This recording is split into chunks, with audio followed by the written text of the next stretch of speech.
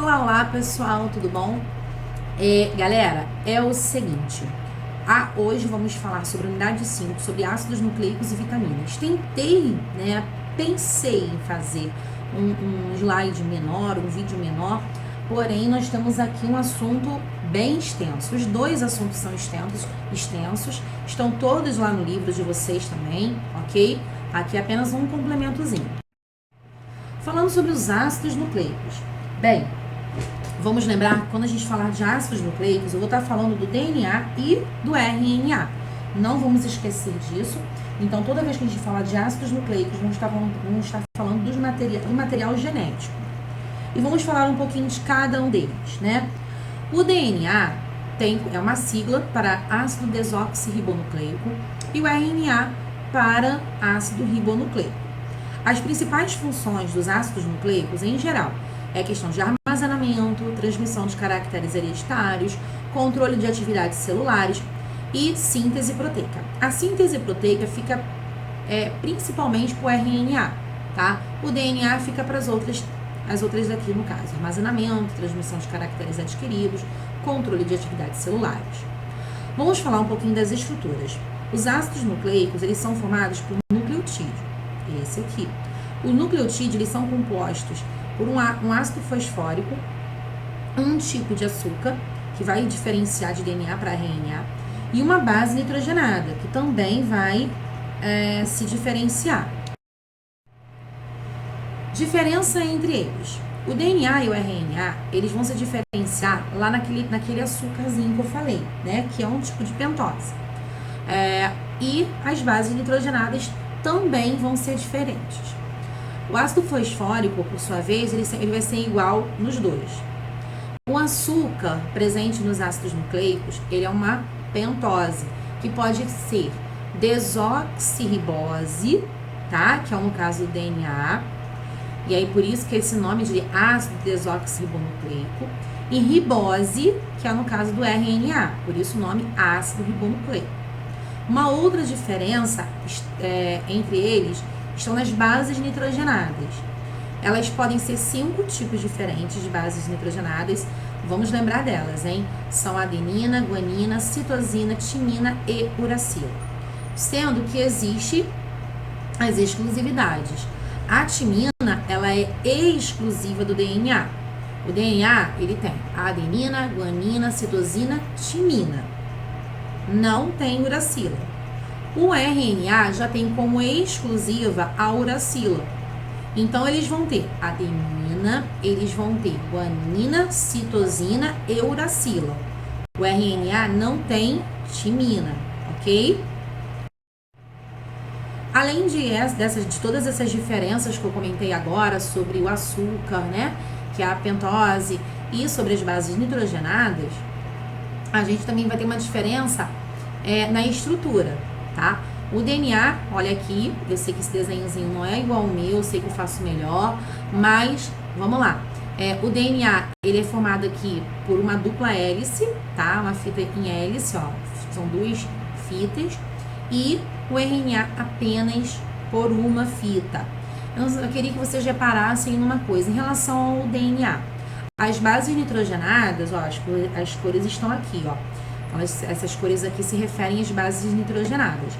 A base nitrogenadas é que elas se ligam, né? Você consegue reparar que o rostinho, que o lilazinho tá junto com o verdinho, então, ó, a adenina ligada à timina, ó, o amarelinho com o rosinho, ó, guanina com a citosina. Existe uma regrinha para isso também. As bases nitrogenadas, elas se ligam de forma específica. Falando sobre elas são compostas por carbono, hidrogênio, oxigênio e nitrogênio. E formam um anel, né, entre os átomos de carbono e nitrogênio. Por esse motivo, elas são divididas em 2. As bases nitrogenadas, elas podem ser divididas em púricas ou purinas e as bases pirimídicas ou pirimidinas.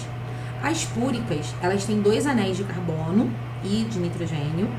E as pirimídicas, elas têm apenas um anel de carbono e nitrogênio. Uma outra coisa que também não pode ser esquecida é que quem são os exemplos, né? Quem são os representantes? A adenina e a guanina são púricas. Citosina, timina e uracila são pirimídicas. Aqui eu trouxe para vocês darem uma olhadinha, tá? Em relação à questão de dupla, de carbono e nitrogênio, que é apenas uma. E aqui eu trouxe para vocês falando mais um pouquinho do DNA. Então vamos falar rapidinho das suas características. As duas cadeias nucleotídeo do DNA são unidas, né, por ligações chamadas pontes de hidrogênio, tá? Elas formam essas bases que se formam, né, entre as bases nitrogenadas de cada fita. Aqui não sei se vocês conseguem ver, visualizar. A gente tem as bases nitrogenadas, os pontinhos coloridos, e entre elas uns pontinhos ali, né, umas linhas pontilhadas, seriam as pontes de hidrogênio. Então, as pontes de hidrogênio ligam uma base nitrogenada à outra. O pareamento de bases ocorre de uma maneira precisa. Então, uma base púrica, ela vai se ligar a uma pirimídica e vice-versa. Então, ó, a adenina de uma cadeia, ela vai se parear, quer dizer, se ligar, tá, gente? A timina, e a guanina vai se ligar, né, parear com a citosina. Dessa forma, a gente pode concluir que no DNA, o número de bases de adenina é sempre igual ao de timina e o de citosina igual ao de guanina. No total, a gente tem que ter 100% do número de bases. Então, se a gente tiver 50% de timina, tem que ter 50% de adenina, e assim continua com citosina e guanina. Vamos falar agora sobre a duplicação do DNA. Quando a gente fala em duplicação do DNA, eu estou falando sim de um tipo de reprodução. A reprodução assexuada, que é algo que acontece com as nossas células. As nossas células, elas sofrem divisão constante, e isso é de extrema importância, ok? Aqui, ó, as novas células vão receber as mesmas instruções que as células anteriores, né, que é considerada célula-mãe. Na duplicação, existem alguns fenômenos. O primeiro, que é o rompimento das pontes de hidrogênio, aquela que liga uma base nitrogenada à outra, elas vão se romper, tá? Então, vai separar aqueles dois filamentos. O encaixe dos nucleotídeos livre, já existente na célula, nos nucleotídeos dos filamentos, que se separam do DNA. Esse encaixe ocorre quando a adenina se liga à timina e vice-versa, e com citosina e guanina e vice-versa. E a formação de duas moléculas, novas de DNA, após a complementação dos filamentos do DNA original pelos nucleotídeos novos. Vamos ver um pouco mais à frente em um esquema. Vai acontecer ali a ação de algumas enzimas. Na primeira etapa acontece a ação da DNA helicase, que ela vai abrir aquela dupla hélice, ela vai quebrar as pontes de hidrogênio, separando os filamentos da molécula de DNA. Na segunda etapa vai vir a enzima DNA polimerase, que vai encaixar novos nucleotídeos, né? Como se fosse uma nova pontezinha, nos filamentos que se separaram, tá? Lembrando que a adenina com timina, citosina com guanina, sempre assim. E a terceira etapa, a última, é a DNA ligase. Bom, o que vai acontecer ali? Vai acontecer uma ligação definitiva entre as bases nitrogenadas, que aconteceu aqui na segunda etapa. Olha aqui esse esqueminha. Aqui nós temos um DNA original, primeira etapa. Aí aconteceu a segunda etapa, que é a separação. Ó, vamos dizer assim, destruição, desligamento das pontes, né? E aí depois, a próxima etapa, nós temos aqui um novo nucleotídeo, uma nova fita de nucleotídeo, que vai se encaixar. E lembrando, olha pra cá, ó, a adenina com timina, timina com adenina, a citosina com guanina, tá? Então, novas moléculas de DNA foram formadas, e dessas moléculas de DNA formadas aqui, todas as bases nitrogenadas, elas estão ligadas de forma em que elas se combinem, né? De uma forma correta. Aí nós vamos ter aqui só uma observaçãozinha, que o processo de reprodução do DNA, ele é conhecido como duplicação semiconservativa. Por que duplicação semiconservativa? Porque cada uma das duas moléculas que são formadas, né, elas são formadas aqui, ó, aqui uma molécula nova, aqui uma outra molécula nova. Elas recebem parte da anterior, da molécula mãe. Então, ela vai sempre se conservando, vai se repetindo determinadas partes da molécula mãe. Esse aqui é um outro esqueminha, né, de como pode acontecer, de como vocês podem encontrar na internet. Vamos falar do RNA. O RNA, né, que é o ácido ribonucleico, tem uma função importantíssima, que é a síntese de proteína. Quem faz a síntese proteica dentro de uma célula são os ribossomos. Mas quem comanda esse funcionamento é o RNA, ok? O RNA, vamos relembrar, né? Ele é composto pela ribose, por um fosfato e bases nitrogenadas, adenina e guanina, que são purinas, e a citosina com uracila, que são pirimidinas. Bem, galera, a única página que eu vou pedir para vocês copiarem é essa daqui, que é dos tipos de RNA que existem, tá? O RNA ribossômico, né, como o nome já fala, né, ele é encontrado nos ribossomos, ele constitui os ribossomos, então ele é o principal responsável pela produção de proteínas. Nós vamos ter o RNA mensageiro, que o nome já fala mesmo, né? Ele manda uma mensagem, então ele junto com o RNA ribossômico, ele vai auxiliar na síntese de proteínas, ele vai mandar uma mensagem, ele vai orientar os aminoácidos, né, que nós já falamos na aula anterior, que os aminoácidos, né, formam uma ligação e aí formam as proteínas, né? Ele vai ser responsável, então, por levar do núcleo da célula até o citoplasma as informações genéticas recebidas do DNA. O seu peso ele é menor do que o RNA ribossômico. Existem questões de peso também, tá? Mas então, ó, o DNA ele manda uma informação, o RNA mensageiro vai lá e manda os aminoácidos produzirem a proteína. Para falar a verdade, ele manda os aminoácidos produzirem a proteína, o RNA ribossômico faz todo o restante.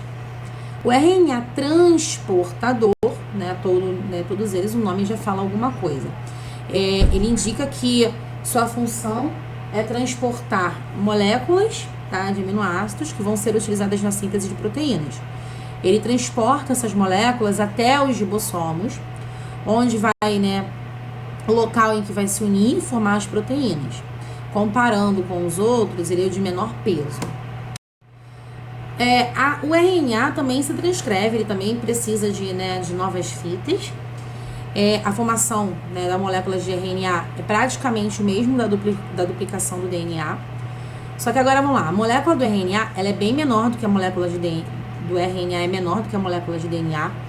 E na síntese, na produção de RNA, ele abre-se em determinados pontos sobre a ação da enzima RNA polimerase, nos quais se inicia um pareamento de novos nucleotídeos complementares às suas bases. Vamos lembrar que o DNA tem bases nitrogenadas, né? Uma só diferente do DNA. E o RNA, para fazer essa transcrição, ele usa uma fita de DNA. Vamos ver a seguir. Para fazer essa síntese, para produzir o RNA, vamos ter aí também algumas etapas. Primeiro, as pontes de hidrogênio vão se romper lá da molécula de DNA. O filamento de DNA ele vai ser rompido totalmente ou parcialmente. O encaixe e ligação dos novos nucleotídeos livres de RNA dotados de ribose, que é aquele tipo de açúcar específico. O encaixe dos nucleotídeos vai ocorrer sobre as fitas de DNA, que é chamada de fita molde. E o RNA, que vai constituído apenas por uma fita, né? Por isso que ele é feito apenas por uma fita, porque acontece uma divisão ali da fita do DNA. A nova molécula de RNA, ela vai se destacar da fita e vai migrar, geralmente vai para o citoplasma. Vai acontecer a reorganização das duas fitas de DNA, que haviam separado, para reconstituir a molécula original de DNA. Aqui a gente tem mais ou menos aqui a imagenzinha, ó, o DNA, quebra aqui as pontes de hidrogênio. A gente tem aqui a enzima RNA polimerase, que vai aqui, ó, direcionar, né, totalmente a transcrição. E o RNA transcrito novo aqui depois vai ser liberado lá no citoplasma. E a molécula de DNA ela vai se unir novamente. E agora, fechando, vamos falar das vitaminas. As vitaminas também são substâncias orgânicas, os ácidos nucleicos também são, tá? Substâncias orgânicas. Tem funções importantíssimas para o nosso metabolismo, quer dizer, para o funcionamento do nosso organismo. Vamos lembrar que a alimentação deficiente, né, ela pode acarretar uma falta de vitaminas no nosso organismo e vai refletir no comportamento geral de um indivíduo. Mas vamos ver o seguinte, não só a falta, mas como o excesso de vitamina também podem causar males, né, à saúde. A chamada de avitaminose, que é a carência, que é a falta total de determinada vitamina. A hipovitaminose, ou uma doença de carência, que é a ingestão insuficiente. E a hipervitaminose, quando a pessoa ingere vitaminas de forma excessiva. As vitaminas, elas são classificadas em duas, tá? As lipossolúveis e as hidrossolúveis. As lipossolúveis, elas são solúveis em lipídios, em gordura. Em grande quantidade, tá, gente? Elas, no caso, podem trazer alguns males, como as hidrossolúveis, mas as lipossolúveis, elas precisam de gordura, elas são essenciais na quantidade certa. Hidrossolúveis já são diluídas aí, no caso, são solúveis em água.